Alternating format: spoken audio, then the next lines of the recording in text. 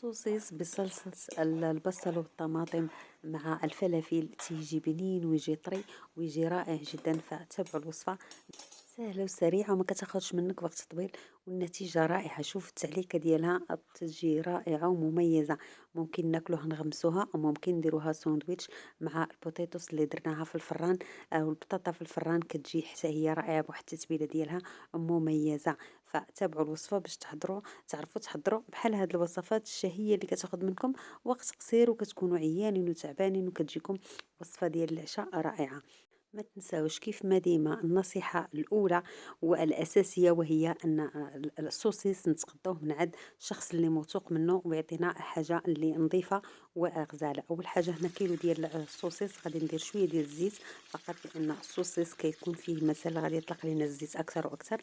كنحطوه كيف ما هو، ما نقطعوه ما حتى شي حاجة، حتى كنقليوه ونقلبوه ويشد راسو مزيان. عاد كنبداو نفكوهم من هذيك الربطه اللي كيكون داير الكزار حتى كيطيب ويتشحر شويه. داك اللحم كيمسك مزيان، عاد غادي نبداو كنقطعوه فيه. ملي غنقطعوه من الربطه ديالو، ماشي نقسموه. السوسيس نقسموها على جوج ولا على ثلاثه، لا غنخليوها كيف ما هي. فقط غادي نحيدو غير هذيك الخويطات اللي ماسكينهم. صافي غادي نخليوها حتى كتحمر مزيان وتجمر مزيان، يعني كطيب حتى 50% ديال الطياب ديالها. وغادي نحيدوها وغنحتفظوا بهذاك الزيت اللي طلقات لينا، هو اللي غادي نوجدو فيه الصوص ديالنا. كيف ما شفتوا راه جات مقرمله رائعه. الا صبرتوا عليها 5 دقائق وكنتوا كتبغيو تاكلوها بحال هكا بلا صوص بلا حتى شي حاجه، راها حتى هي رائعه جدا. اهم حاجه قلنا السلعه ناخذوها من ايادي موثوقه، وماشي اي جزار ناخذ من عنده السوسيس. اول حاجه انا غادي ناخذ واحد 2 بصلات، غادي نشحرهم نحطهم في هذاك الزيت هما الوالا، نشحرهم مزيان حتى ينزلوا ويطيحوا ويعطيونا البنه ديالهم.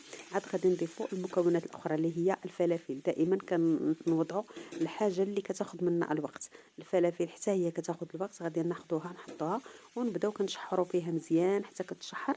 عاد غادي نضيفوا الماده اللي غادي تعطينا الصوص، وهي الطماطم مع الثومه مع مطشه ديال الحك.